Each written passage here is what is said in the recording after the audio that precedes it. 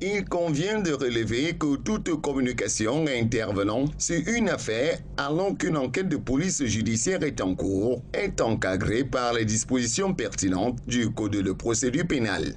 Un rappel du ministre de la Communication, porte-parole du gouvernement, René Emmanuel Sadi, contenu dans un communiqué paru ce 1er mars 2023.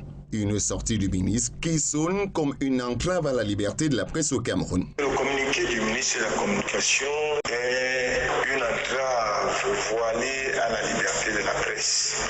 Elle entre dans ce que nous avons toujours dénoncé en tant que leaders syndicaux. Nous avons la preuve là d'une volonté manifeste de bâillonner la presse camerounaise dans le traitement de certains sujets, des sujets dits sensibles. À côté, d'autres journalistes pensent que la mise au point du ministre est fondée. Je trouve tout à fait fondé et normal ce rappel à l'ordre du ministre de la Communication. Car vraiment, arrêtons de nous leurrer depuis le début de cette affaire. Une bonne frange de nos confrères est devenue officier de police judiciaire, commissaire du gouvernement, juge et autres. Or, M. René Emmanuel Sadi l'a si bien rappelé que toute communication intervenant sur une affaire alors qu'une enquête de police judiciaire est en cours est encadrée par les dispositions du Code de procédure pénale. À défaut d'avoir la version officielle, les hommes des médias disent s'abreuver à volo, ceci a comme un cri. La sortie du ministre de la Communication n'est une fois de plus autre chose que de la diversion. C'est-à-dire qu'il veut amener l'opinion et les journalistes sur un terrain sur lequel on n'attend pas le gouvernement. En l'absence d'une communication officielle, quand le gouvernement laisse ce terrain en friche, eh bien, les journalistes se l'approprient, les réseaux sociaux se l'approprient, on essaie de s'abreuver à la source de ce qu'on trouve sur place et il n'est pas question qu'après cela, le gouvernement sorte pour se plaindre.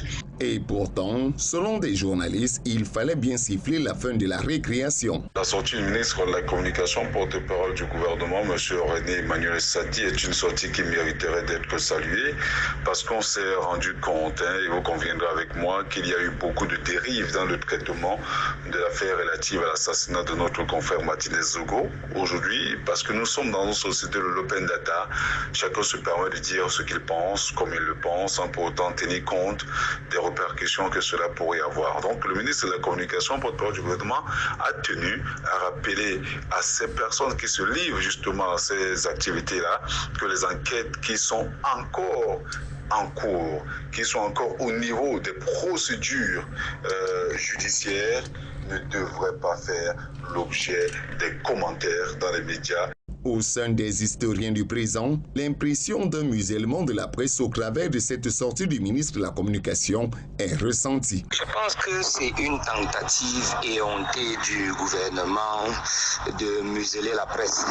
Il est clair que la liberté s'arrache et que si le peuple camerounais se tait, si la presse se tait, c'est qu'elle est complice des assassins.